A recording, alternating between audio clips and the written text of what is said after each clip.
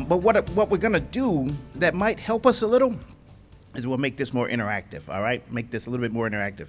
And so there's going to be a few things that I'm going to say, and there's going to be something I'm going to call out, and then I'm going to want you to respond to, okay? My call out, appropriately enough, is going to be wake up. That's my call out. Your response is going to be stay woke, all right? We can do that? Let's try it. Wake up! Stay woke! Wake up! Stay woke! I think we got this. All right, I'm Delmonte Jefferson, Director of the Center for Black Health and Equity. We were formed originally as the National African American Tobacco Prevention Network. And we were formed right next door in North Carolina back in 2000, but we've expanded. We do more than tobacco now, but we do still keep focus on the fact that 45,000 African Americans die each year from a preventable smoking-related disease. And so we've been working to do something about that. And what we try and do, the way we try and reverse this burden is by building the capacity of communities of color to advocate for policies that promote optimal health. Wake up! And it's working because you're going to hear from a community right here in South Carolina that we're working with to do just what we're talking about here. So how appropriate it is. But our work is expanded. And our work is needed. So it's not just tobacco that we're doing, it's HIV, it's cancer, it's food insecurity, it's COVID. And so what we try and do is all these things are co-influencers on African American health. And there's economic things, influences on our health. There's social injustice and inequalities that's influences on our health. And so we utilize our national network, and we do have a national network. We got communities not just in South Carolina that we're working with, but across the country that we're doing the same thing, and we try and address these issues. Now I'm gonna digress for just a brief minute, if I could. I heard earlier there was a question that was asked, and it was about, well, why? What are some of the reasons why people are smoking? What's some of the reasons? And if we turn on the news, and I know sometimes it gets depressing, I know sometimes it's not what we want to see or hear, but if we just look at what's happening in our society and what's going on, we turn on the news and we see that, a young man drives 200 miles just to kill some black people. He drives 200 miles. If that doesn't drive you to smoke, I don't know what will. There are stressors in our society that we've been dealing with, that we continue to deal with. There's institutional racism, there's systemic injustices that are reasons why black people are smoking. And so we've talked about this, and we've got services, and we've got the quit line. Do black people use quit lines? Oh, yes. Black people use quit lines more than white people in some states. But black people don't stay quit. They don't stay quit. They use the quit line. They call the quit line, but they don't stay quit. Why don't they stay quit? Well, we talked about that. I think Elizabeth talked about mentholated tobacco products, what the black people are smoking. Menthol, not only is it easier to smoke, it's also harder to quit. All right, now I'll get back on track. Wake up! All right, we still up. Okay. We have strategic partnerships with our communities like we do here in South Carolina, Breathe Easy Coalition, government agencies, corporate entities, philanthropic organizations, and what we do is three things. There's three things that we do. Build community capacity, try and develop a viable community infrastructure, and advocate for equity-centered policies. All three of those things are important. Building capacity, making sure that we've got the resources, the skills, that we know what the issues are, that we know what the data says so that we can address the problem. Infrastructure, we try and develop a viable infrastructure, but we need help. Because when we're talking about infrastructure, what are we talking about? What do we need? We need money. We need resources going to these community organizations, not just from us. We give back a third of our resources that we get and our grants or whatever, we put back into communities. We fund our community partners, but we need more. We need more. We need the state working with us to do that. We need county governments working with us to do that in order to really have a viable, the key word there is a viable community infrastructure, and to make sure, of course, that the policies that we work on, that we work towards, are equity-centered. Equity-centered simply means these policies that we pass benefit the people that they're designed to work for. Some policies we had on that first slide, we talked about the smoke-free laws. Those are nice, but they didn't always benefit black people. And so it's nice to have a smoke-free law. It's even better to have a smoke-free law that benefits black communities, black families, black children, especially if, as we talked earlier, from Steve Schroeder, we talked about the people that were most impacted. How do we get these services? Now, I know, Steve, we served on the Quit Line Consortium together with Katie, and we talked about this, as he was writing this article, and we talked. And what he was trying to say, and he said very politically correct, is that we don't care as a society that black people, that LGBT people, that those with mental illness, that priority populations are smoking. We don't care as a society, so we don't invest in this effort as a society. Now, that's what he's saying. He said it nice and politically correct, okay? But I'm just telling you what he was saying. And it's true. It's true. If we cared about it, we would put our resources into it to address the problem. Oddly enough, remember there was an RJR executive, R.J. Reynolds executive, that said the exact same thing. He said, we don't smoke the product, right? We reserve that for the young, the poor, the stupid, and the black. Well, isn't that something? What he said about not smoking the product is the same way that we feel as a country when it comes to addressing this because of who it's impacting. Wake up! Stay woke. All right. So our key programs right now: tobacco, still, cancer, HIV/AIDS, food insecurity, COVID-19, equity-centered policies, and we do the same thing. We build capacity, we develop infrastructure, we promote equity-centered policies in all these areas with different community partners. And so, yes, we're working right now in tobacco, but we could work easily in any of these other areas as well in the future. So that's what we do. And our key products and events: No Menthol Sunday. Who participated in No Menthol Sunday? Yes, we participated in No Menthol Sunday. It happens on the third Sunday in May. And what we do is we talk about, and it's a faith-based initiative, so we get churches and we talk about mentholated tobacco products and how the tobacco industry has targeted our communities and some of the things that we can do about it. And so churches across the country participate. Last year we had 37 states, and did numerous churches, of course. And we haven't even done all the data yet and as to how many states and churches participated this year. We're doing that right now because the event just happened last Sunday. And it was very timely, of course, because I think we talked earlier about the FDA making the announcement with the proposed rule to ban mentholated tobacco products. And so it was very timely because one of the other activities we said that churches could do is also think about the comments that they would want to make about this proposed rule. And so I'll show you later. We've got some resources on our website and information in case your community wanted to make comments. We've got some things that you can say and the whole like. All right, and then we have the State of Black Health Biennial Conference. Anybody been to our conference? Yes, okay, we've got folks who've been there, and hopefully on our next one, we'll see you guys there. It was virtual last year. It was an awesome event. We're doing a regional forum out in California at the end of this year, and then next year we're going to, don't tell nobody, Puerto Rico. Don't tell. All right, don't tell. We have the Health Justice Guide on our website. There is a tool, there is a document, there's a resource that we have that tells you what you need to know if you're doing tobacco control with African American communities, because it talks about that whole history.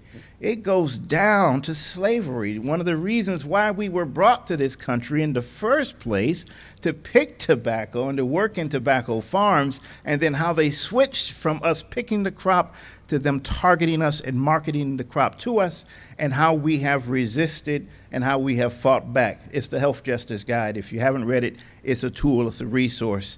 Your communities would love it. It would educate you, it would give you information. Check it out.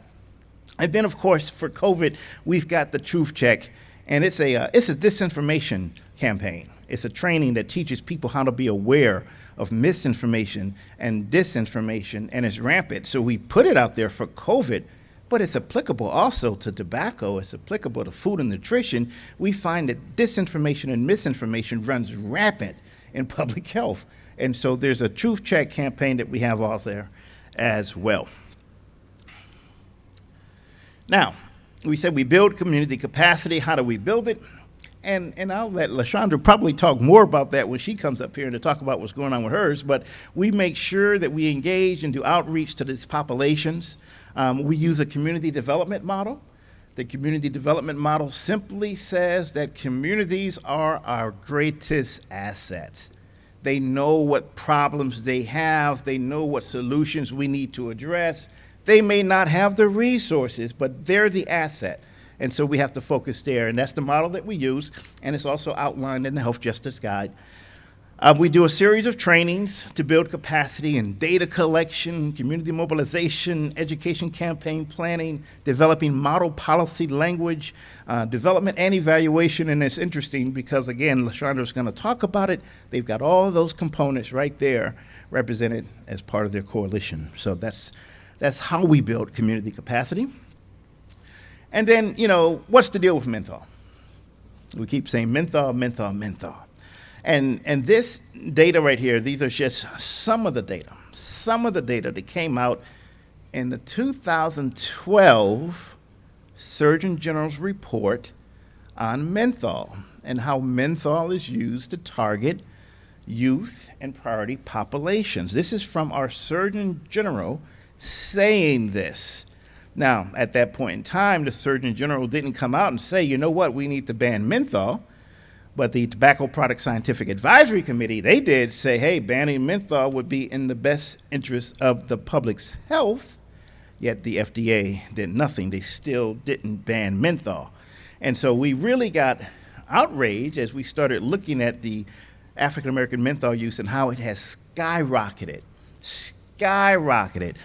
You go back to 1953, we were only using menthol-related tobacco products at 53%. Wake up! 53%, 5%. In 1953, we were at 5%, and then it quadrupled, and then again, and then 2006, it was at 80, and I think we heard it's over 85% now. Black people who smoke are going to be smoking mentholated tobacco products. That's amazing. Now, is that just by coincidence? Or was there this targeted marketing? And we heard there was this targeted marketing effort to say we're going to get black people smoking mentholated tobacco products, and it worked. That's the key thing. It worked. The numbers tell us that. African Americans smoke menthol at higher rates than Asians, Latinos, and whites. And it's interesting, whites have the lowest rate of smoking menthol, but white youth also have a high rate. Why do they have a high rate? Because it's a starter product. It's a starter. It's what they use to get you started and hooked on tobacco. And then after they get you hooked, it don't matter what you smoke. It don't matter. They don't care what you smoke then. They just want to get you hooked. The nicotine. And when the flavors are used to reel you in, and once you're reeled in, the nicotine has you, and you're addicted. And we talk about this assault, and we heard some of the things that were happening. How many people have gone to a cool jazz festival? Cool jazz festival. Am I the only one? Okay, yeah. Cool Jazz Festival, those things were off the chain. There was music, it was a festival, it was fun. I used to go there. Now, I was younger, and I wasn't doing tobacco control work, and I didn't know because I was getting all the prizes they had. They had the white T-shirts that had cool on them. They had the hats. They had that, and then they were giving away free cigarettes. They had sampling vans. They would give them to you. You can take them away. So you had the merchandise, yes, and you're walking around. And in my own community, I was a walking billboard for Cool.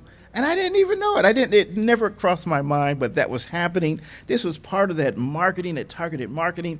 You couldn't pick up an Ebony or Jet. Yes, I used to look in the middle page, but I also looked at the end of the magazine and at the end of the magazine. Some of you who have seen Jet, you know what's in the middle page. Some of you know what's in the middle page. Okay, the centerfold. All right, so I looked at the middle page, but also the back of the magazine. I would look at the back, and it was always cool, alive with pleasure. It was always this pleasurable, very grand experience smoking, and we were all bought in. The philanthropy, donating to our events. There was a point in time, African American communities and churches, they were saying, hey, we're sponsoring an event. Reynolds would come and say, oh, hey, we got you. We can sponsor that. Philip Morris, we can sponsor that. They raised their hand quick, a lot quicker than some of the folks that we're getting help from and support from now. But there was a point in time where tobacco industry was it. And so we were bought in. We were all bought in. And then there's the focus and the non-focus communities. Now, a focus community, that's inner city, colored and poor. And so you looked at the promotions, those price promotions that we talked about, buy one, get one free, or get a multiple free, summers and holidays, when we're going to be out and about, making sure that we had these cigarettes at a discounted price. And then if you look at that third thing, menthol cigarettes on average 50 cents cheaper. 50 cents cheaper in focus communities. Now, the term focus communities didn't come from me. It came from LaTanisha Wright, who used to work for Brown and Williamson. And this is what they called it. They said, these are our focus communities, inner city, poor, black. Non-focus communities, the cigarettes can be more expensive, smaller advertisements, smaller billboards, and all that stuff for them. They're non-focus. Why are they non-focus? There's more of them, but we were the focus of these products, of these promotions, focus communities. And then, of course, if you look at the ads, just the size of the ads, and we can attest to this, of course. We've seen the ads in stores, the storefront ads. They're all, at least about 2 feet and 1.5 feet wide, and our storefronts, and multiple ads like that. Not just one or two, but they're all over the place. Sometimes you can't even see in a store with all of those ads plastered about. And again, we talked about the price, the average price being cheaper. These are two communities up in Massachusetts. One was black and one was white, and we can tell which was which just by the price. So what's the result? And we heard about this. One of our presenters were talking about the cancer. The cancer incidence rates are higher for African Americans, males and females.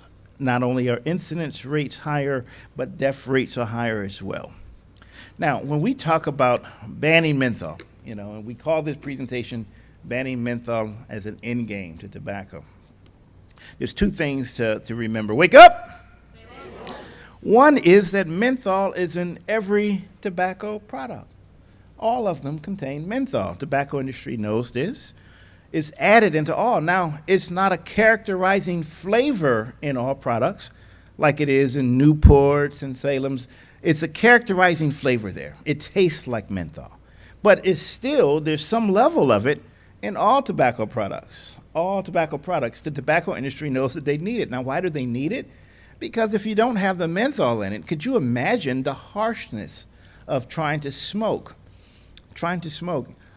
I'm not going to put anybody on the spot here, but I'm sure that some folks tried to smoke it and it was nasty, and they put it down and they never did it again because it was so nasty. And the tobacco industry knows that. And so they put the menthol in it. And some, like I said, they make it a characterizing flavor. They put more menthol than others. But as you can see, it's in regular cigarettes, whether it's menthol or not. It's in pipe tobacco. It's in chewing tobacco. There's some level of menthol in all tobacco products. And so that's one reason why, if you ban menthol, or when the FDA is trying to ban menthol, it could be an endgame to tobacco. But there's another thing that struck us as very important, and this was back in 2009 when they came out with the Family Smoking and Tobacco Prevention Act, and they excluded menthol from that act. The tobacco industry said this as they were negotiating, trying to come up with this act. Hey, look, if you ban menthol too, we're going to walk away from this deal. There won't be a Tobacco Control Act if you include menthol. These were their words. There won't be a Tobacco Control Act if you include menthol. It was that important to them that they would walk away from it. Now, the fact that the tobacco industry would walk away from this deal has to tell us something about how important menthol is to their overall strategy and survival. They were going to walk away if it was excluded. All right, and you'll see that in places across the country as we're trying to pass restrictions and regulations on the sale of menthol, they always want to bargain. And some states will do that. Some states will say, okay, well, wait a minute, we'll do all flavors except menthol. Well, that's what they want. They're okay with that. That'll work for them, all flavors except menthol. But that's not a bargaining chip that we have. Ours is just the opposite. Menthol is included, or we don't want to deal. We don't want to have nothing to do with it, so it's all or nothing. So menthol is an endgame strategy. It's important to the tobacco industry. It's important to us, so much so that like I said, they'll walk away if you include it.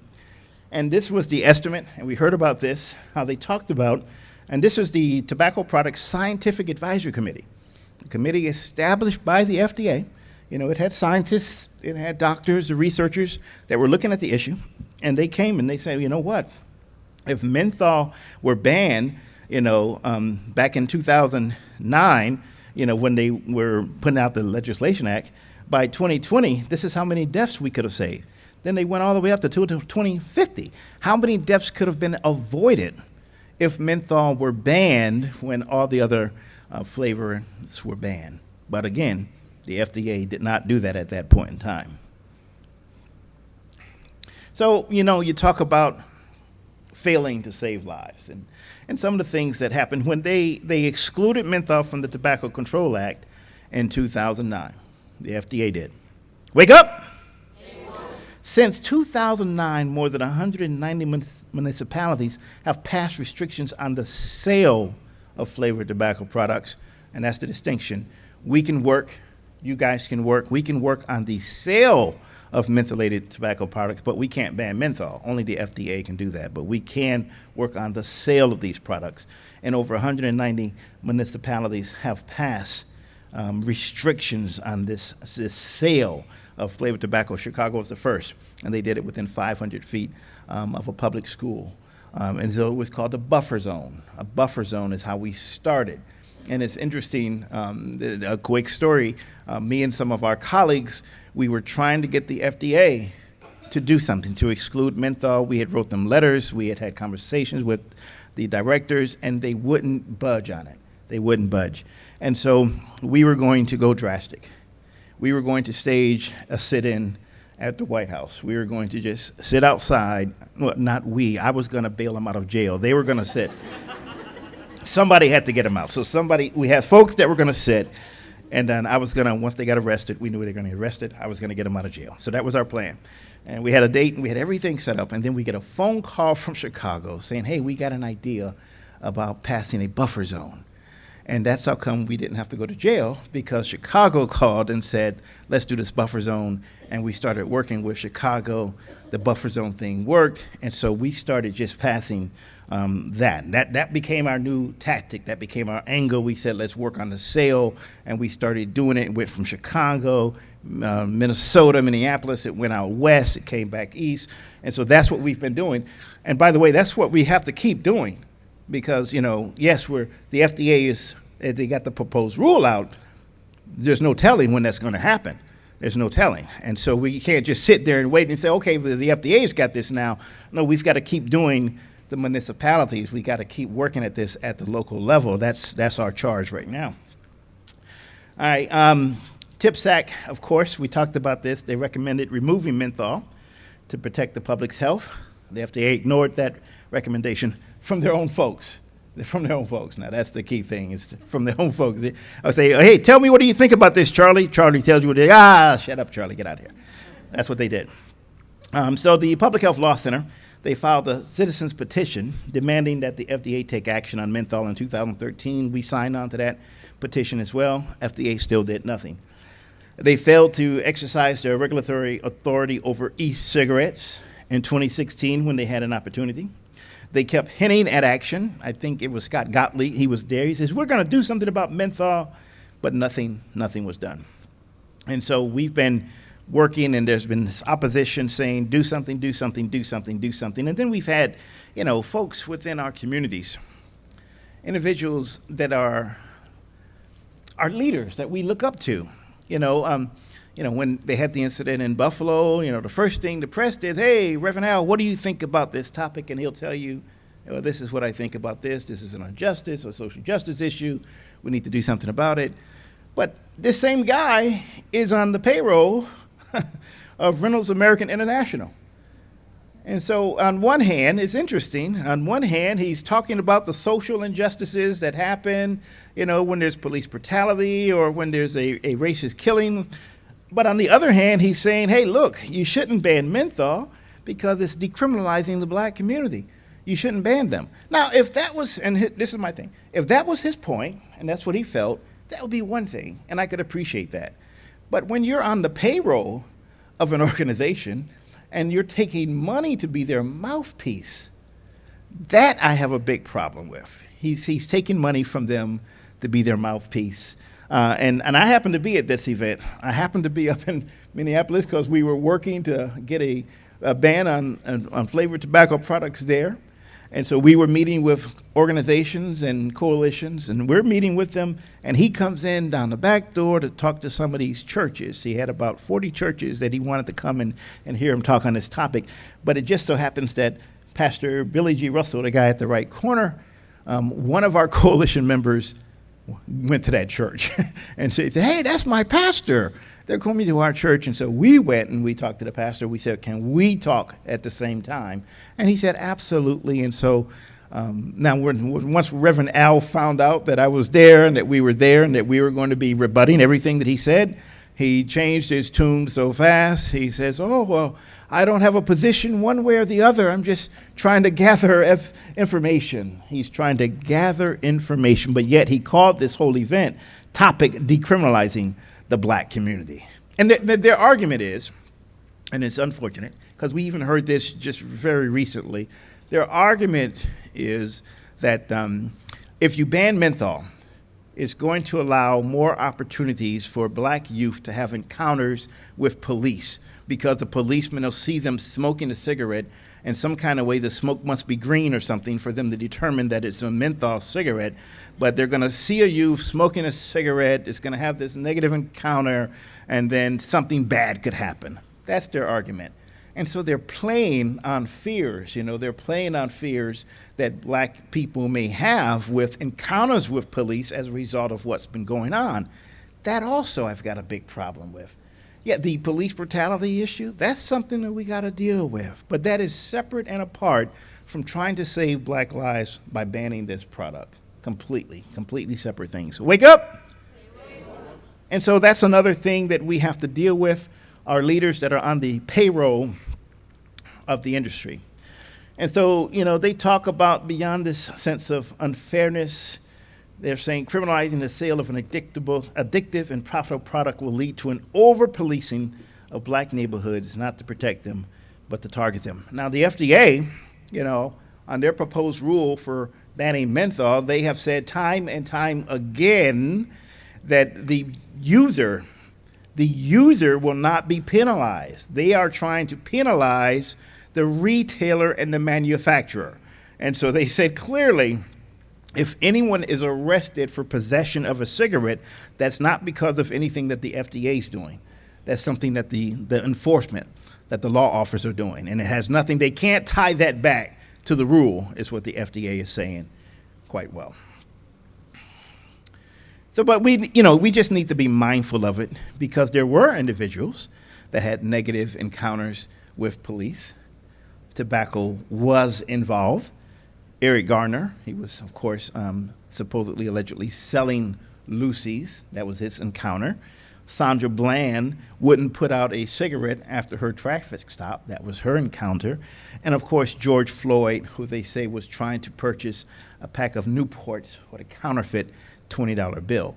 And so they're using those as excuses. Now, what we could also show is the number of African-American folks who had negative encounters with police for having a cell phone, and just having it up to their ear or having it in their possession. And so, again, the two have nothing to do with each other, but it is an excuse that's used.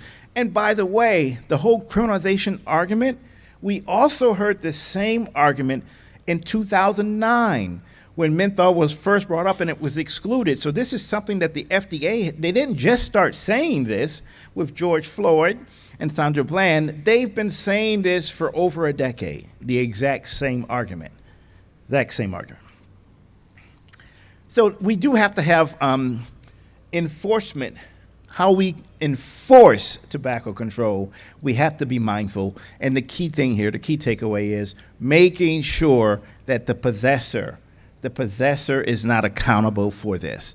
That just because you're possessing a cigarette, whether it's menthol or anything else, you don't get penalized. And so there's no penalties for possession. Wake up!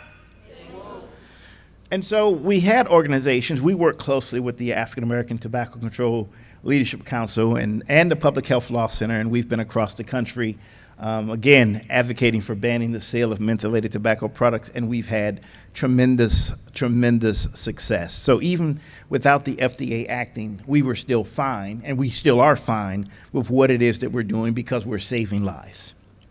And I've talked about, of course, the city of Chicago becoming the first, and so we gave Rahm Emanuel an award when we did that. But 145 communities that restricted the sale of menthol cigarettes. In addition to other flavored policies, we had a state, Massachusetts became the first state to restrict the sale. California followed suit in 2020. And then in 2020, also, the AATCLC and Action on Smoking and Health, they filed a lawsuit against the FDA for failing to act on that citizens petition that we had signed back in 2013, saying that something needed to be done, and they didn't do anything, so we filed the lawsuit and said you need to act, all right? AMA, the American Medical Association, and the National Medical Association joined the lawsuit later on.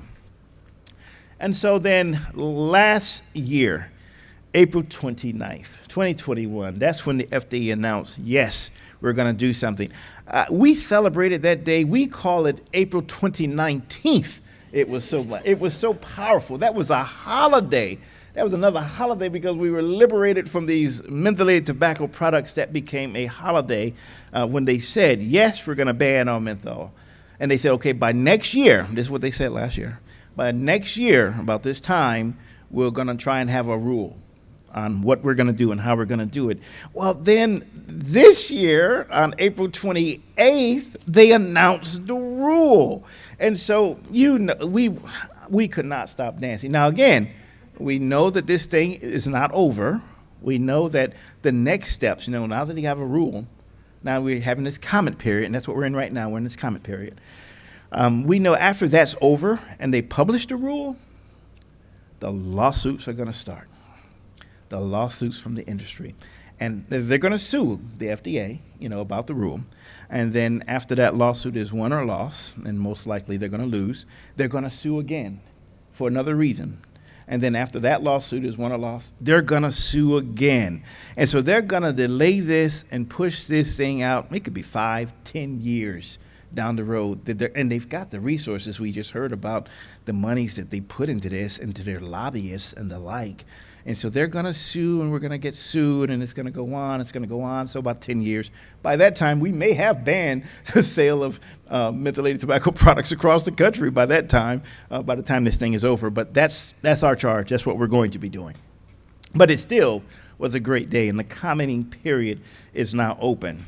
And so they said, hey, if you've got comments. So what we've done is on our website, you can click on, you know, menthol, now what, on our website, you'll see the address. You can click on menthol, so what, and once you click on that menthol, you know, submit your comments, we'll take you to another page. You can go directly to the FDA's webpage from our site. We link there, and you can submit comments there, or you can submit them to us, and we'll package them along with other comments from other community groups and organizations. And we also list a ton of resources. Like if you want to know, well, what can you say? What do I need to say? We got some resources for you. But coming soon, we hope to have this up in the next week. We're going to have a template. So we don't care if everybody submitted the same comment. We're going to have a template that you can just fill in, put your name on it, and say, I want to submit this and how to submit that. So we're going to have a template up there that you can click on as well to submit comments to the FDA. So menthol, you know, is this social justice issue. We've got enough issues, that we're dealing with. We've got enough stressors that we deal with. Menthol should not be one of them. We have to deal with situations. We got to deal with employment. We have to deal with housing. We've got to deal with, like I said, people driving 200 miles to kill black people. You have to deal with that. You have to deal with the results of this legacy of slavery that we still are under. You have to deal with all these things, and so menthol should not be another one.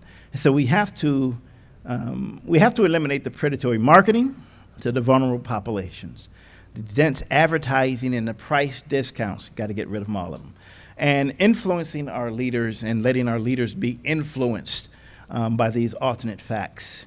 Again, truthcheck.org, and making sure that enforcement is against the retailer, against the manufacturer, never against the person in possession, so that we can reduce lung cancer disparities, so that we can build our community capacity and develop infrastructure and create equity-centered policies. And so this is our website at the bottom, centerforblackhealth.org. This is where you'll find information, hopefully all the information you'll ever need and then want on menthol and mentholated tobacco products. And wake up! All right, any questions?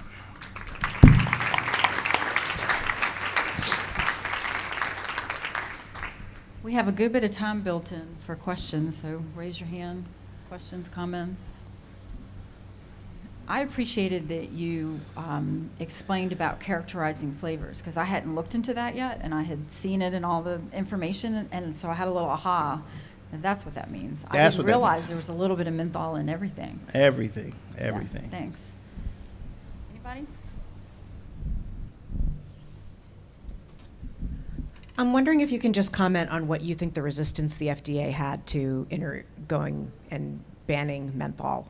Do you think it was fear of lawsuits and retaliation, or was it something else? Well, there was a slide I showed you. It had some of our leaders that were there that are still using that same FDA's argument.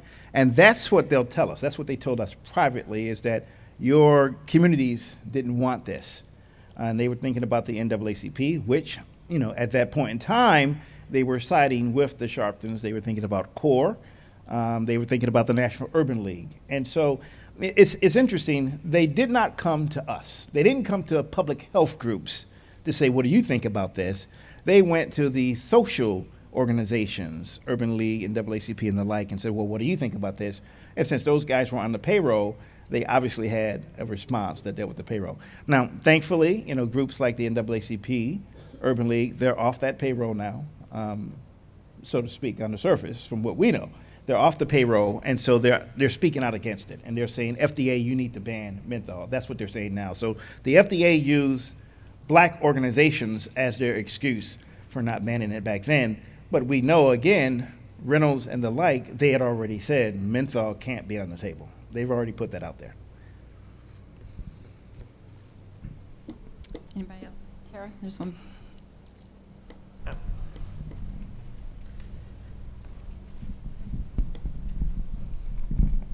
Hey, you mentioned in 2019, Massachusetts was the first state to restrict the sale of menthol. Was curious what outcomes there may have been from that. Any statistics? Well, even before Massachusetts, you had provinces like Canada that had banned menthol, and they had great data. We looked at that. There was no black market. There was no criminalizing of youth. There was none of this stuff happening in places like California. Now, Massachusetts, of course, they're still looking at their data and coming up with those answers, but it surpassed, let's put it this way, it surpassed legislation because the industry tried to sue them as well. Now, in California, after California passed their law, the industry sued California, and it went to referendum. And then, of course, that vote doesn't happen until November, I think, of this year, where it goes back, and the public gets to come back and say, this is really what we want. But whenever you have a statewide law, the industry is going to sue. They'll sue sometimes at the local law, but as a statewide for sure, they're going to sue. And so far, Massachusetts has held up. From a consumption standpoint, well, just what we said, banning menthol, African Americans have said, and we don't have all the data on this yet as if they've actually done it, but they said if menthol is not there, we don't want to smoke. We like smoking menthol, and so if menthol is banned, we won't smoke. Now, don't forget, right now, at this point, you can still go other places and get menthol. So even if they banned it in Massachusetts, you can still go next door and pick it up, and you can get menthol. The question, what happens is when you ban it, like what the FDA is trying to do, when you ban it across the country and you can't get it, that's when you'll start seeing data on consumption because you don't have access to it. I have a question, Delmonte. So rather than hand the mic, I'll keep it. I don't know, your center, or there are other organizations that you partner with or you help promote in Black African American communities that help address the mental health stigma that I have learned is a stigma in Black communities? Because I know you had mentioned earlier, like that self-medicating use of tobacco because of the injustices and inequities that are in Black communities right now. So does your center help with the mental health aspect to that one? Well, we work with, the state different programs, like, for example, the Quit Line in terms of trying to quit tobacco. We work with the Quit Line, and it's heavily promoted. Like, I don't think South Carolina was one of our markets, but in different cities, like I know in Atlanta and other places, major cities, the CDC will up their tips advertising during No Menthol Sunday. And so that's a partnership that we have, that they're going to up it in certain cities. And so we work with state governments, we work with the federal government, we work with No More Martyrs, which is a mental health organization, but we're doing other work. We're dealing with stigma and other things of that nature with them, not on the tobacco side yet. Now, for tobacco, Dr. Monica Webb Hooper, who is the Associate Director of the Office of Minority Health, when she was, before she went there, she was at Caiston Western Reserve, and she took the Pathways to Freedom booklet that the CDC had developed, and she made it into a DVD. And it was a cessation resources. It was culturally appropriate. And so for African Americans, because it talked about the whole menthol issue. It talked about the stressors. It talked about why African Americans are smoking. And so we promote that resource to different communities, and we do training on Pathways to Freedom, and so that a community can come and say, hey, we want to have a cessation group at our church or in our community. We give them the resource to do it. We teach them how to do it. We train them so that they can go through and walk through a culturally appropriate cessation protocol.